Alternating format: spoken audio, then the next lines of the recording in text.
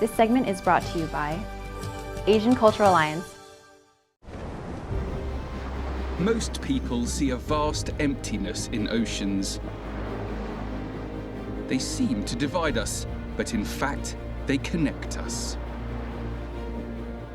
Since ancient times, oceans carried people, cultures, religions, and goods to the ends of the earth and created new worlds. I'm Sam Willis, a maritime historian. I'm travelling an old sea route in the wake of a great Chinese fleet. I love the collision between old and new, it's fantastic. On giant wooden ships, they sailed bound for the western seas, a journey of over 50,000 kilometres. The fleet followed the trade route that has come to be known as the Maritime Silk Road. It's an amazing discovery. And laid the groundwork for how we live today. A world shaped and bound together by trade, where people of vastly different cultures, languages, and faiths find common ground in mutual self-interest. Surprisingly well balanced. I'm heading to India in search of a commodity that once powered the world's economy, to witness a transformation. So it's something dramatically new, isn't it? And then on to Dubai to discover the new gateway of East-West trade.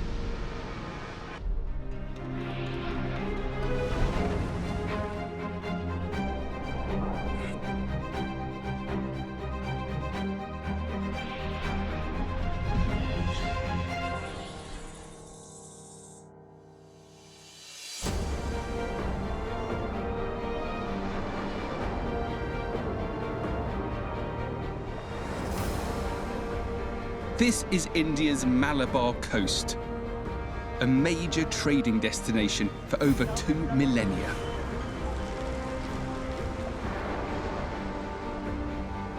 As early as the 1st century BC, Greeks, Romans and Persians came to these shores in search of spices.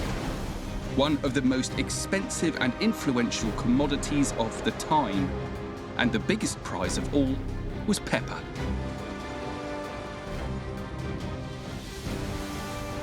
In the 15th century, it was cultivated on India's west coast. And maritime traders would flock here to the port of Kochi in the spice garden of India.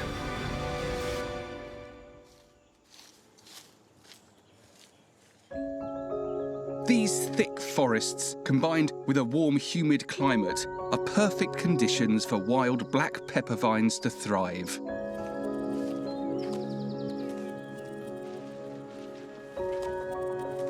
The word pepper comes from the Sanskrit for berry, and when picked and dried, they become peppercorns. This simple crop was prized and it was extremely valuable. Merchants came from thousands of kilometres away and it drove a golden era of maritime trade.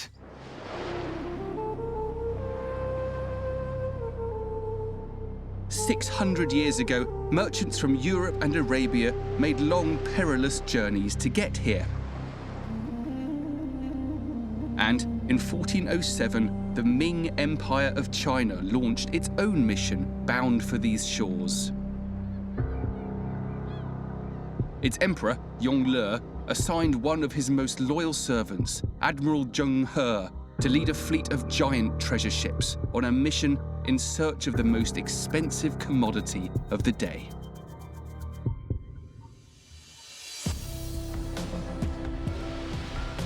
Pepper is now an inexpensive spice you can buy anywhere. But in medieval times, it was prized for its exotic flavour and as a preservative. But it didn't just grow in India. So I'm here to find out what made this town the centre of the world's pepper trade.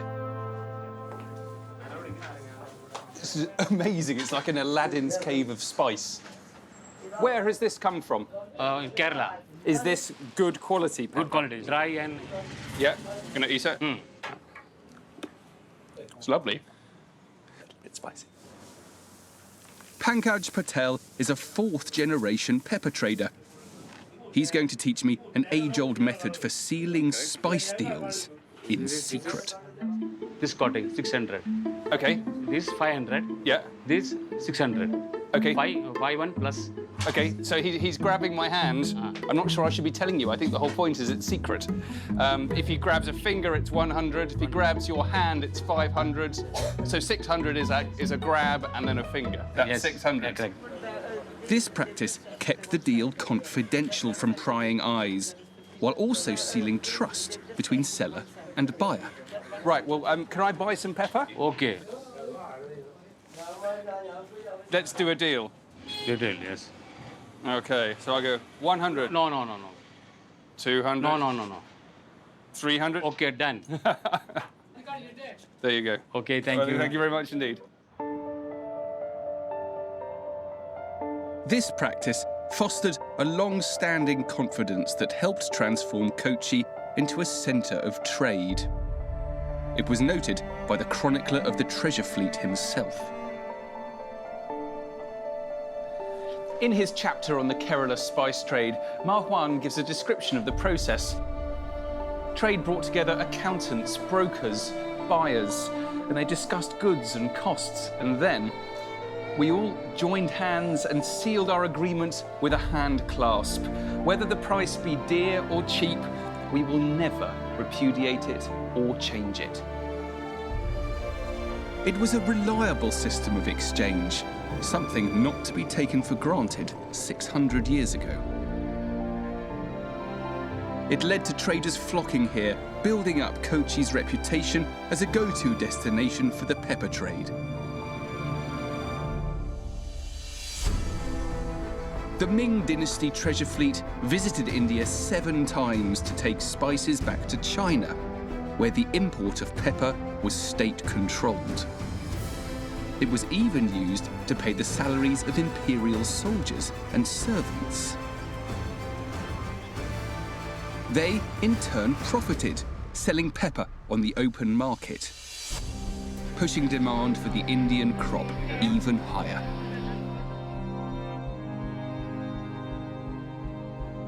But a century later, pepper came to be cultivated in other tropical countries, including Vietnam, which is now its biggest exporter in the world. So what do you do when you lose control of an exclusive commodity? 4 centuries later, one local company is working to reclaim India's place in the global spice industry. Oh, wow. And that just smells like crushed green chilies, doesn't it? That's right. We've got something very interesting, a green coriander, which probably you're familiar with. Oh, that's beautiful. Just kind of meadows of coriander. Right, that that's sounds like absolutely. lovely. Yeah. How has the spice trade changed in recent years? Well, if you take black pepper as an example, today we don't buy anything in India. We buy everything from either Sri Lanka, Vietnam, and Indonesia. So that's one spice where India has lost out, but there are many, like for example, almost all of the chilies that we process started with India, continues to be with India. This lab is a cutting-edge facility that can extract the essence of spices without using harmful chemicals.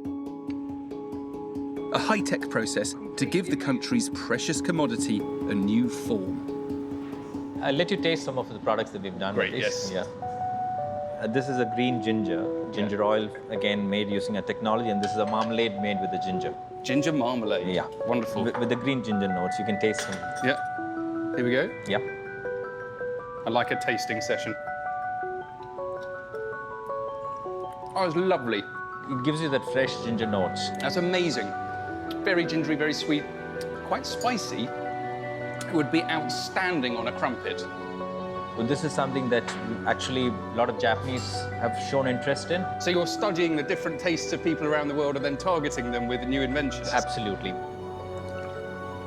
Through innovation, this lab is creating new products for new markets, a tried and tested recipe for success. When the British arrived here 167 years after the Chinese, one bright spark mixed together cumin and coriander with the local spices, black pepper, ginger, turmeric, and voila, he created an enticing new spice mix which forms the basis of many Indian dishes that you would know today as curry.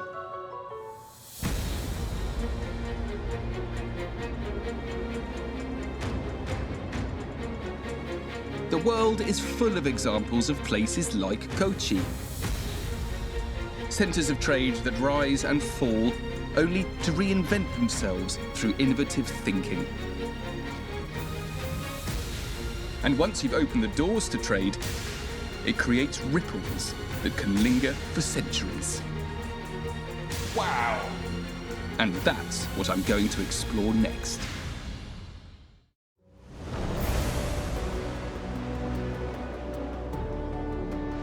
600 years ago, Arabs, Chinese, and Europeans landed on India's shore for one of the most expensive commodities of the day: spices. But these foreign visitors didn't just take, they brought with them ideas. Like this elaborate piece of aquatic engineering that locals say was designed in China. So how does this contraption work? Take your rope, I'll show. OK, here we go. Come on. Oh, it's surprisingly light. Shiju Anthony comes from a family of fishermen. For generations, they've used a special contraption called a China Vala, or Chinese net. A 10-metre-high structure with an enormous fishing net on one side, cantilevered by heavy weights on the other. These enormous stones coming down. So dangerous. It's designed to bring up large amounts of fish in one motion. It is a beautiful piece of engineering. Now to fetch the haul. Easier said than done. Right. Slowly, carefully.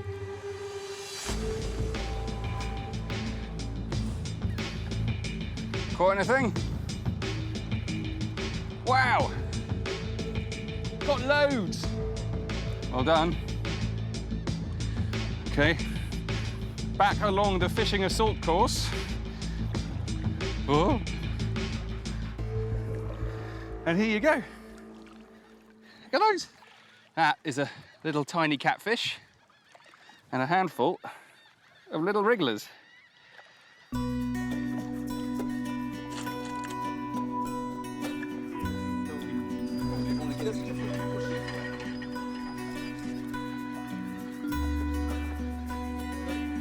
How many fish do you think you've caught over your lifetime?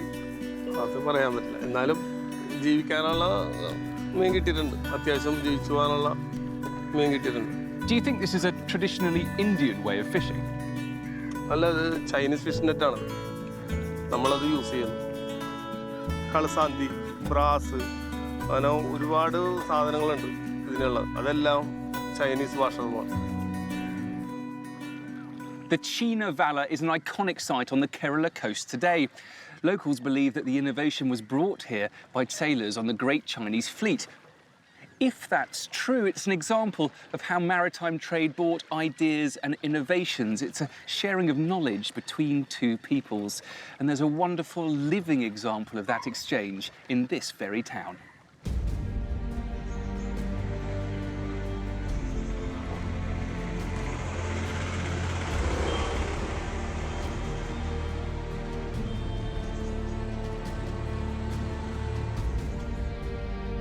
Kochi is home to India's oldest community of Jewish exiles, believed to descend from seafarers during the time of King Solomon in the 10th century BC.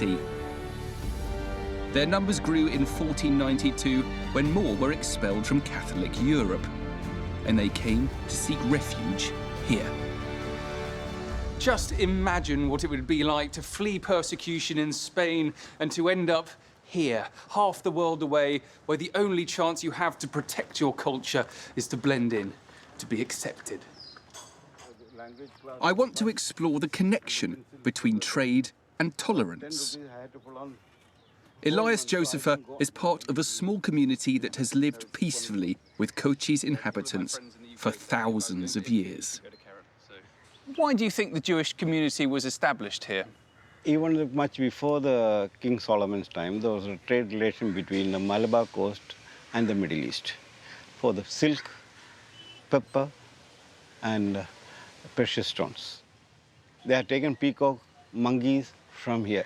Even the time of the King Solomon, the throne of his is decorated 2 elephant tusks, which was taken from Malabar. That trade story is fascinating. How did the Jews and the Indians get along? When you're in Rome, you must be a Roman. We are mingling with everybody as an Indian, a land of tolerance.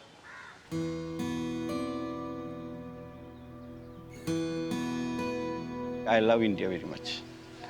This is my homeland. This is my motherland. That is my fatherland. Israel is my fatherland.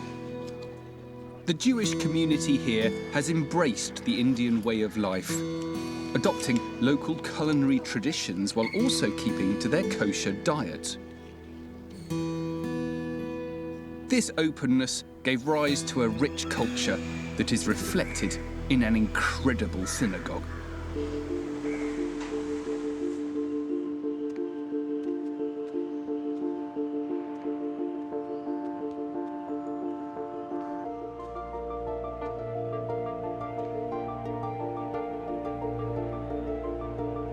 This Paradesi synagogue was built in 1567, and it's one of the oldest active synagogues in India.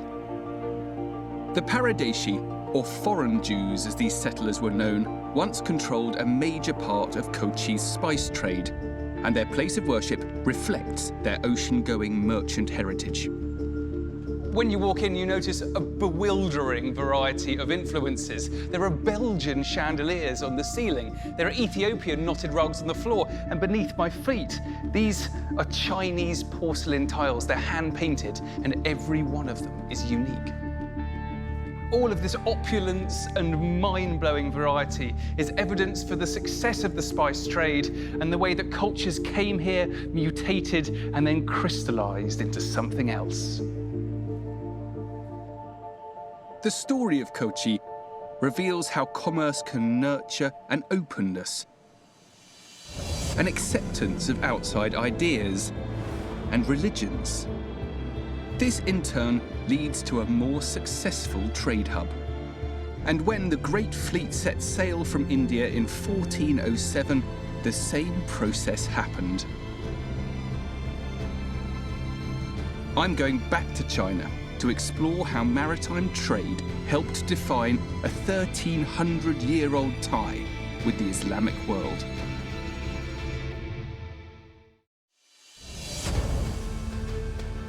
The Pearl River links the ocean to the heart of Guangzhou, southern China, where skyscrapers symbolize the port's transformation into an international center of trade and innovation.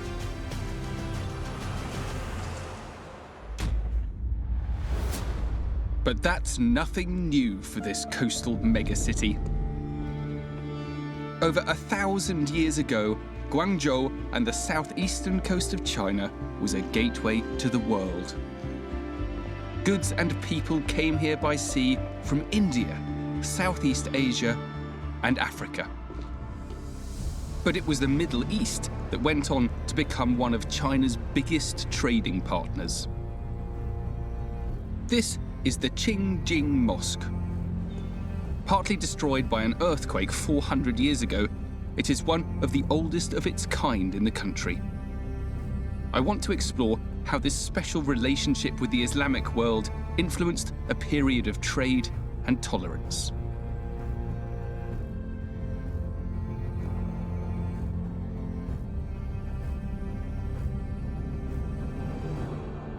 It 它是建于北宋大中祥符2年，就公元1009年，建到现在是1000多年的历史。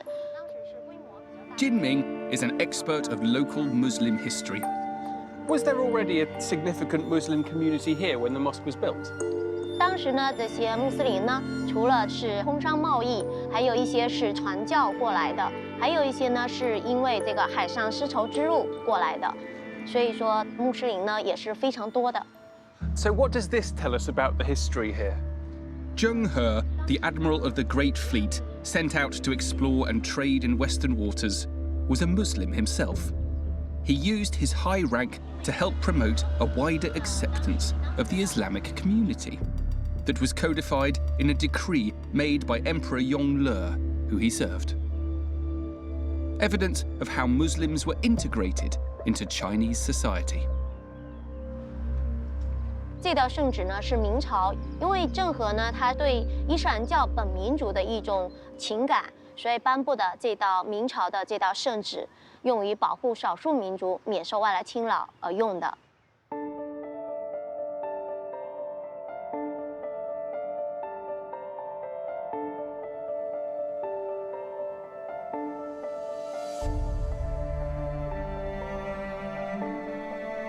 Buying, keeping, or selling your home is one of the biggest decisions you and your family need to make in your lifetime. Specify a home inspector trusted by the Greater Las Vegas Association of Realtors. F10 Inspection Services has been serving the Las Vegas real estate industry for many decades, which secures all inspections with a $10,000 honor guarantee. F10 Inspection Services, proudly Asian American.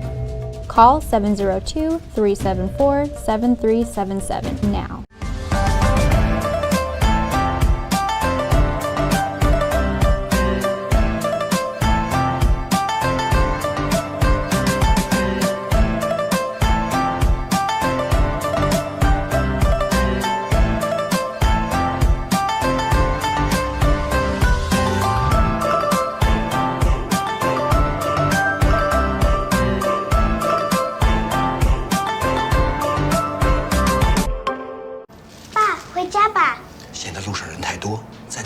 又堵车，可不是嘛！你小的时候啊，我们6点钟啊就已经到家了。为什么现在会堵车呢？因为越来越多的人呢搬到了附近，所以交通啊自然就变得拥挤了。是没人去解决这个问题呢？这可不是一朝一夕的事。首先我们要知道有多少人搬到了这个社区，然后呢还要进行人口数据的分析。哦，就是2020年人口普查嘛，每10年一次重新统计住在美国的每个人。这些数据有助规划公共资金，决定分给学校、诊所、收入等的比例，对社区影响很大呢。我在学校学的。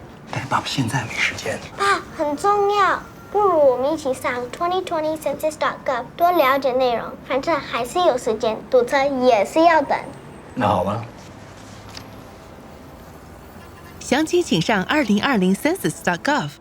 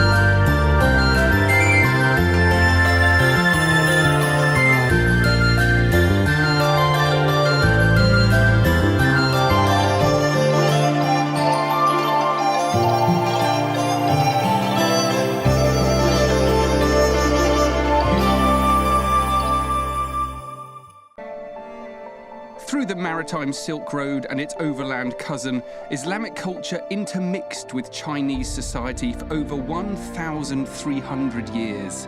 But the treasure fleet would take that relationship to a new level when they were commanded to sail to the Arabian Peninsula to trade for pearls, incense, and spices. Today, that same trade between the two regions has grown to over $300 billion, helping to transform Guangzhou into China's 6th container port, after Shanghai, Shenzhen, Ningbo, Hong Kong, and Qingdao. It's part of a push by China to invest in over 30 ports worldwide to spur global trade. I'm here to see how modern merchant vessels have evolved from the Great Fleet's time. The only way now to get a sense of what it would feel like to be in the presence of the treasure fleet is to come and see one of these, a modern container ship. Now this would be able to carry everything that would have gone on the treasure fleet. But the real fact is that this is crewed by only 40 people, not 28,000.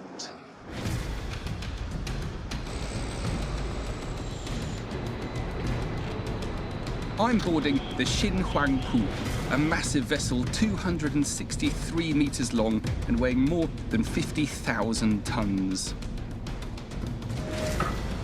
While the ships of the old fleet carried up to 500 tons of cargo in its hold, this modern equivalent carries over 4,000 containers on an open deck stacked over 15 meters high and secured using metal lashing bars. Does every single one need to be screwed down so it doesn't fall off? 对的，我们航行会有大风浪，甚至遭遇台风。如果绑扎不到位，船舶的稳性比较差的话，就会造成箱损，船会偏到一边，箱子会因为惯性的原因甩出去。I'm going to check you've done this one up. 检查这个花缆螺丝还有这个绑扎杆连接是牢固的，这样就可以了。 Once the cargo is secure, just as in the past, the responsibility shifts to the captain to navigate the ship safely to its destination. A modern trading hub of the Islamic world, Dubai. 从广州出发，经过我们中国的南海，通过越南沿岸，然后再往这边走，走到这个新加坡海峡。到新加坡海峡，我们一般是加燃油、加淡水、加伙食。 And what's your maximum speed? Maximum speed is 24 knots. It's here, Dubai. It's Dubai. A journey from China to Dubai would have taken Zheng He's fleet over 4 months. This cargo ship takes just 12 days. Over there is Anchorage. And while Zheng He navigated using a written nautical manual along with a compass and the stars, this GPS gives warning within half a second of the ship veering off course. This electronic check is very good. And this allows you to zoom into it. Yes, it is a zoom. I could spend all day playing with this. Even though this is a very modern ship, do you feel a link with sailors from the past? 我觉得是有的，因为我比他们做的时候方便多了，容易多了。 他们那个时候真的是技术啊，还有这个航海的环境啊，都比较恶劣的。我作为现在的船长，我觉得我很幸运。I'd just love to somehow transport a captain from Zheng He's fleet onto this ship. God knows what he'd think. Unlike 600 years ago, when the steering of ships was extremely hard manual work, seafaring today is a less physical and surprisingly indoor activity. Sailors even get time off. Oh, that's very good.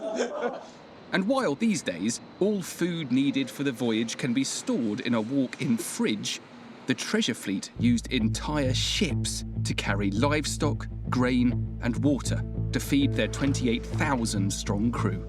What strikes me most about it is how self-sufficient this ship is. You see, the equation has flipped. What you've got here is an immense amount of space and a very small crew. But what you had at the time of the Imperial fleet was very little space indeed and thousands of men. Life would have been miserable, it would have been cramped. Here, they've got bedrooms and a gym.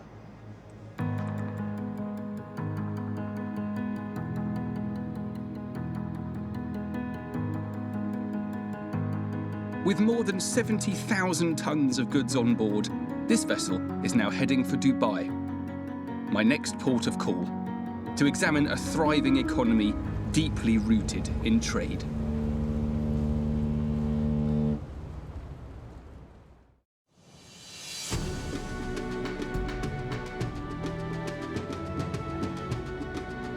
This isn't the image of Dubai we might know today.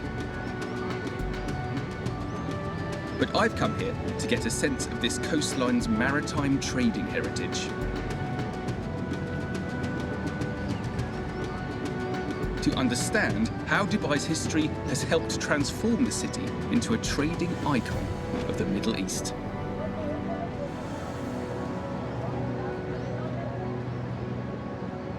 If you come here to the saltwater creek which runs right through the old town, you can see the ghosts of the ships upon which Dubai's original wealth was built. Dhows.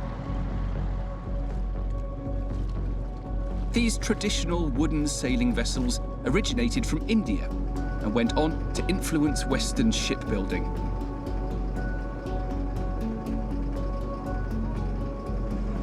They come in different shapes and sizes. But the biggest allowed Arab traders to transport large quantities of goods, opening up an extensive maritime trade network spanning Africa in the south to India, Southeast Asia, and China to the east. The riches of this trade also drew Zheng He and his treasure ships. In 1413, the Chinese Great Fleet sailed west out of the Indian Ocean all the way to the Persian Gulf. The journey to reach this coastline could have taken a year. The Chinese traded silk, tea and ceramics for pearls, incense and spices. And both sides would profit hugely. That process continues today, and nowhere is the growth of this modern relationship as eye-catching as here. This is Dragon Mart, the biggest Chinese shopping mall outside of the country. It's over a kilometre long, and as its name suggests, it's built in the shape of a dragon. But the Chinese goods on sale here are not just the silks and porcelains that they were trading centuries ago. These ones range across everything from furniture to digital Qurans.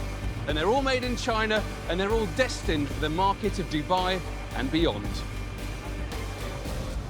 Since it opened in 2004, over 4,000 outlets have offered a broad range of China-made goods to locals and traders from further afield.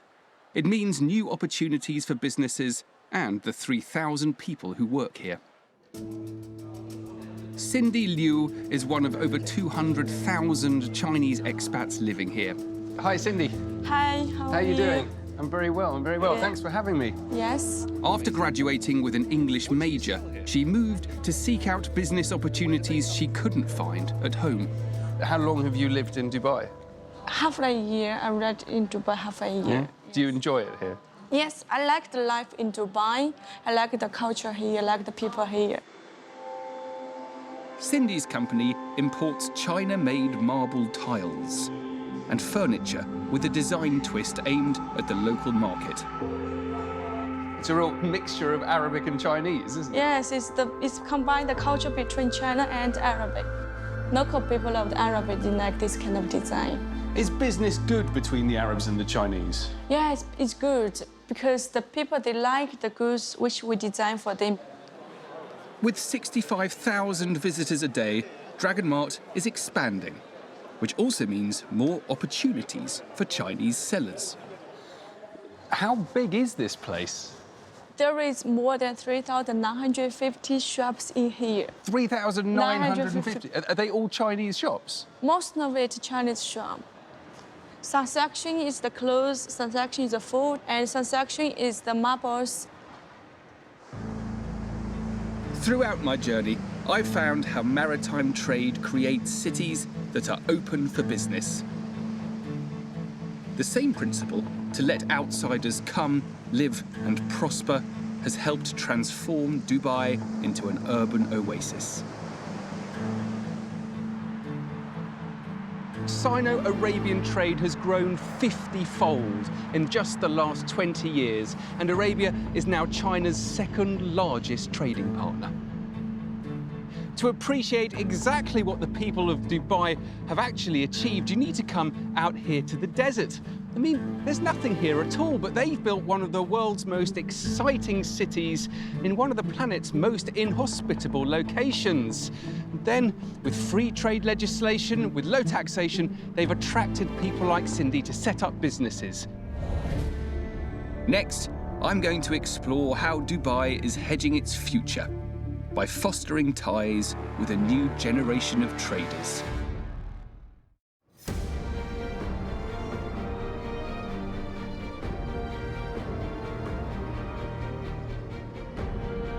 For centuries, Arab merchants exchanged goods along the shipping routes of the Indian Ocean, giving rise to the trading powerhouse known today as Dubai.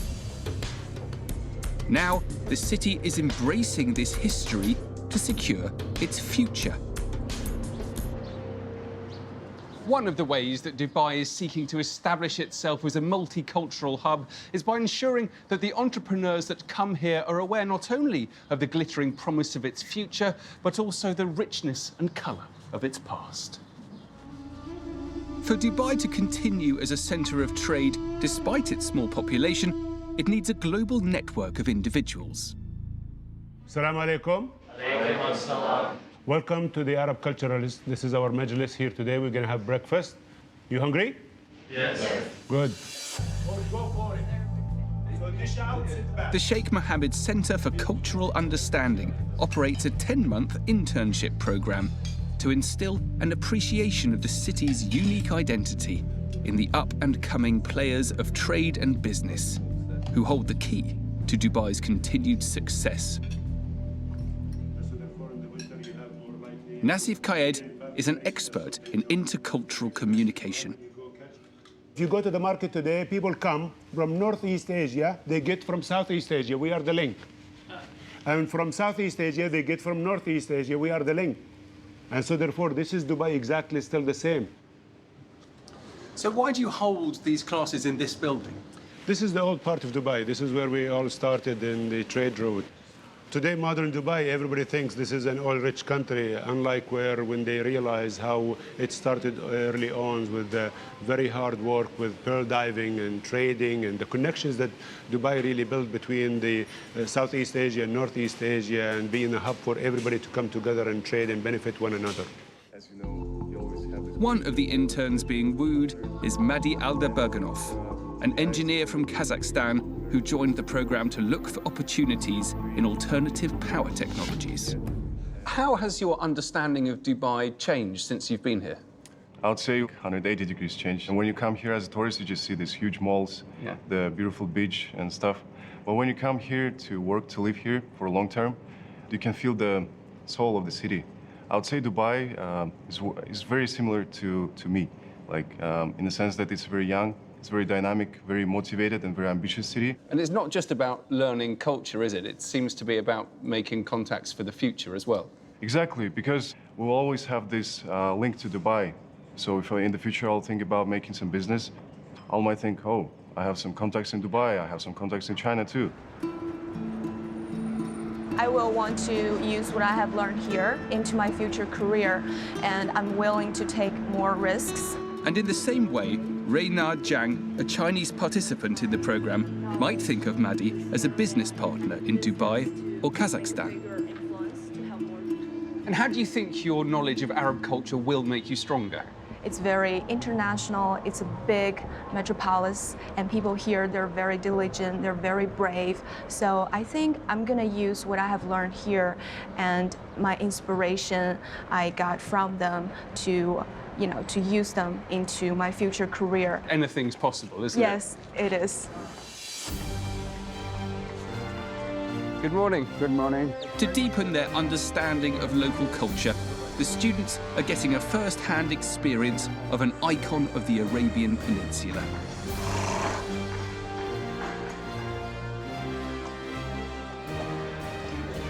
With over 80 hectares right in the centre of Dubai, the Zabil Stables is home to over 120 racehorses worth hundreds of millions of dollars.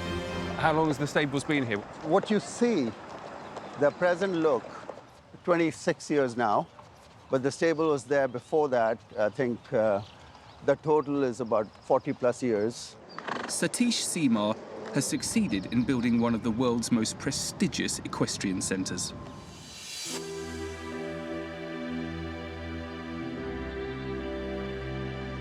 And it's a serious business. Over $30 million can be generated from one race, making Dubai the most extravagant horse racing capital of the world. And it all stems from a historic love affair with one breed.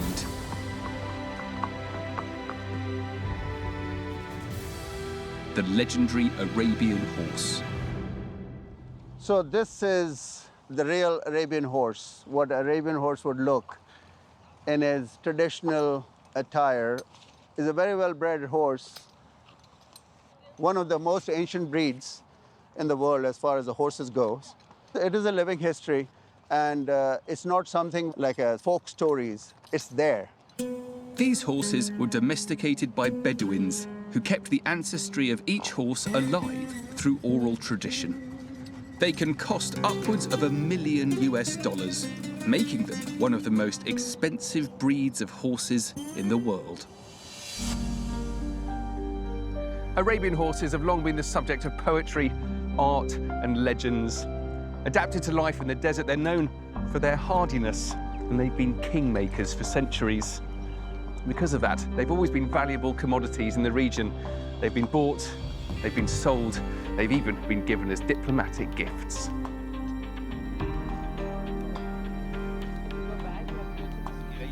Now that I've spent the morning with the internship program, I can really see what's actually going on here. These guys aren't just business interns, they're cultural ambassadors in training. And that's just the latest chapter in the centuries-old tradition of building relations through trade.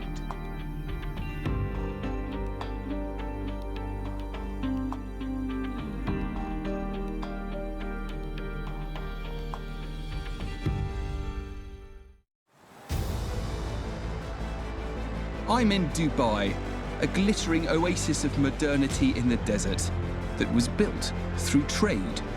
But perhaps nowhere can embrace the different peoples, cultures, and goods and make an experience of it as here.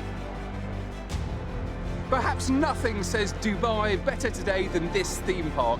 Proclaiming itself to be the world's largest leisure and entertainment project, the Global Village has been running for more than 20 years, and it covers a staggering 1,600,000 square meters. It's popular with Emiratis and visitors alike, and it shows that trade and cross-cultural exchange can be, well, in one word, fun.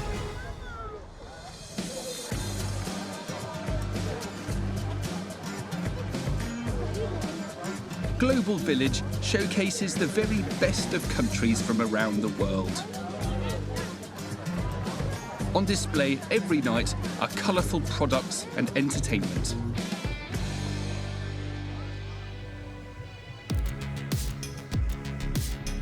Including the ancient art of Chinese acrobatics.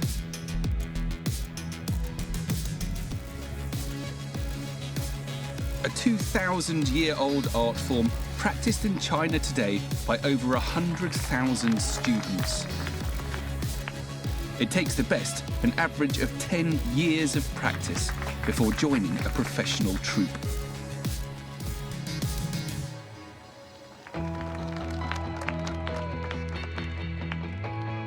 That was amazing. Jerry comes from Puyang, the capital of traditional Chinese acrobatics. 我练习23年，我从1993年开始练习杂技，一直到今天。当时我们是中国的杂技之乡，我们那边练的比较多杂技，所以是从小就是练习杂技。How different do you find life in Dubai from life in China? 之前听说迪拜一直是个很美好的一个城市，一个国家。 给迪拜的观众天天表演，我们也很高兴，也非常激动。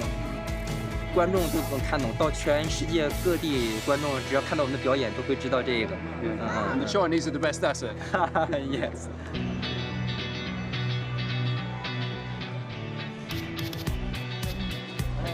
After a good show, it's time for some of our favourite exchange-related activity. shopping.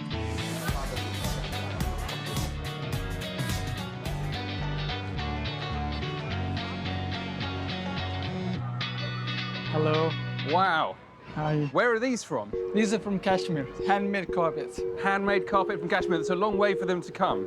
Yeah, are you from Kashmir? I am from Kashmir myself. Yeah.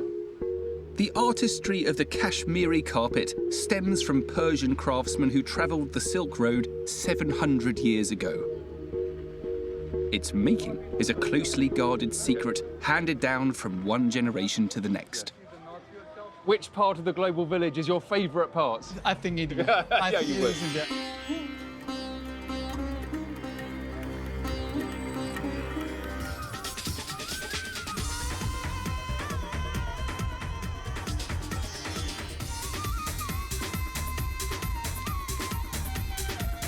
This place is pure spectacle of the type that you could only really find in Dubai. And yet it's a 21st century celebration of a centuries-old tradition that we've been exploring all along. Even the name Global Village conveys the essence of trade and exchange. It's about people coming together from all over the place to share goods and experiences to their mutual delight.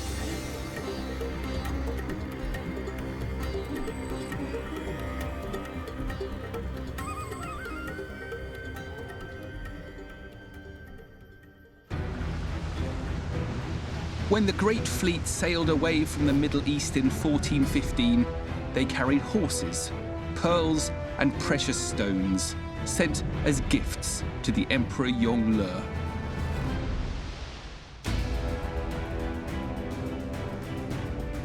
But upon return, they were given another order: to travel further than ever before,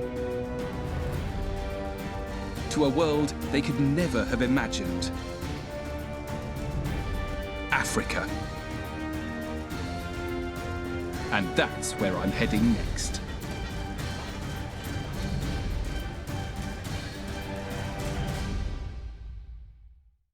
This segment was brought to you by Asian Cultural Alliance. Your life is a journey. You want to make it count. You want to leave a legacy and leave no regrets. This isn't a dress rehearsal. There are no second chances. So what really matters? Creating memories, connecting with people you love, vibrant health, creating something that lasts, that can be passed from generation to generation. Success? No. Deeper. Significance. But how? There are a lot of options, lots of noise, and not a lot of guidance.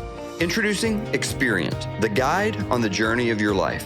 Experient is a private, invitation-only club designed to help you squeeze every drop of greatness out of life. To start, let's make sure you live this life with no regrets. Show your kids the world. Take your sweetheart to Santorini. Give your mom the trip she's always wanted. Experient members save up to 80% off the best online price on more than 1 million hotels and resorts around the world. Here's the Millennium Hotel in New York for 48% off, Ritz-Carlton in Maui for 31% off, Belvedere in Santorini for 68% off, the K Boutique in Rome, 45% off, Hotel Antico Doge in Venice, 61% off. We can literally do this all day. 1 million hotels around the globe, up to 80% off every day of the year, everywhere you want to go, no blackout dates, no restrictions. How will it feel when you can afford to vacation once a month rather than once a year? Make your reality better than your expectations. We also have one of the richest reward programs in the industry, and every dollar you spend earns you free travel in the future. But are the prices really that good? Yes. And to give you peace of mind, we have a 110% price guarantee. Our travel benefits are only the tip of the iceberg. We want your life going to the power of X right where you live. Introducing Experient Cash, the app that earns you an average of 5.4% cash back immediately at hundreds of restaurants and stores. It's a big deal for a credit card to offer 1 or 2% cash back. But what if you could get 5 times that amount without waiting until the end of the quarter or the year to use it? Shop at Macy's and earn instant cash for lunch at Chili's. Get breakfast at Dunkin' Donuts and earn cash to instantly spend on a movie at AMC. Best Buy, Chili's, Nordstrom, Olive Garden, AutoZone, Gap, Bass Pro Shops, Bed Bath & Beyond. Buffalo Wild Wings, Papa John's, Cinemark, CVS, Disney, Home Depot, Cheesecake Factory, Whole Foods, Ulta, Uber, the list goes on and on. Shop more, dine more, make your budget go further. Experience Cash takes your everyday life to the power of X. Speaking of life, we all know that wellness is everything. Experian has done something unprecedented. How would it feel to get all the health and wellness products you're currently buying at up to 50% off retail? Introducing Rialto, the premier wellness marketplace exclusively available to Experian members. Shop more than 6,000 items across the 500 biggest brands in health and nutrition. Brands like Isopure, Garden of Life, Bluebonnet, BSN, Muscle Farm, Isoflex, Spiritine, Now Foods, Vega Sport, Country Life, Nature's Way, New Chapter, and hundreds more. All at prices you cannot get anywhere else. Why spend more for the same brands? Join Experian and save. One last thing about health. You've probably heard the buzz around CBD oil, but who can you trust? Experian has developed a proprietary CBD product line that is the purest and most potent on the market, backed by independent third-party lab analysis of every batch. As a member, you pay pennies on the dollar for a better product with zero THC. A 1,500 milligram product like ours will cost more than $150 per bottle, but elite members can purchase it for just $50. We also have a world-class balm, lotion, and pet product. If you want the amazing benefits of CBD with no worry and less money, welcome to the club. As I mentioned, we are barely scratching the surface on all the ways you'll benefit as a club member. Our elite members get world-class legal insurance and benefits, a concierge, identity theft protection, major automotive benefits, and much more. Bottom line, we save you money. Joining Experian doesn't just change your life, it could save someone else's. Experian is very passionate about ending the scourge of human trafficking. You are a part of that vision. A portion of every membership goes directly to fight human trafficking. We are proud partners with A21, the leading organization on the front lines of this battle. You and I are literally liberating the oppressed. For just $99 a month with a one-time initiation of $200 that you never spend again, you'll join this exclusive fraternity of people who want to live on purpose and want to leave a legacy while leaving no regrets.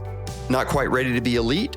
Our standard membership provides access to all our travel-related benefits and the Rialto Marketplace for only $50 per month with a one-time activation of $100. Experian means more. More memories, more great meals, more laughs, more shopping sprees, more savings, more ways to connect. Experian is an addition, we're multiplication. We are multiplying your resources and taking your life to the power of X. Save money, find community, make an impact. Experian. Leave a legacy, leave no regrets. Speaking of legacy, some of you may want to go beyond making memories and also make some money. 95% of people spend their lives exchanging time for dollars. Whether as an employee or a small business owner, as long as you give away time to get money, you're not truly free. Warren Buffett said, if you can't figure out how to get paid while you sleep, you'll work till you die. Getting paid while you sleep has a name, residual income. But how do you create residual income? Residual is typically reserved for the few who can start a corporation or write a timeless hit song, because residual requires a very elusive asset, leverage. How do you create leverage? Simple. You leverage us. Go into business for yourself, but with our mentorship and resources. We market our club exclusively through independent consultants, and we've developed a lucrative compensation plan that rewards you for enrolling members. Now you may say, I'm not a salesperson. I don't like to sell. Perfect. What if you could earn residual income by giving away free websites where people will save money on the things they are already buying? Listen to the words, free, save, already buying. We have 3 levels of membership, elite, standard, and free. Elite gives you maximum benefits and discounts, and standard is focused on travel. But our free members can also book travel and purchase products on Rialto for less than they would on Expedia or Amazon. And every time they purchase, the consultant that enrolled them earns money. Let's say your friend goes to the gym and they buy protein powder from Vitamin Shop today. If they sign up for the free website that you give them, they can buy that exact same protein powder for less. nothing changed, and they didn't spend anything to get the savings. But every month when they buy that protein powder, because you enrolled them, you will get paid.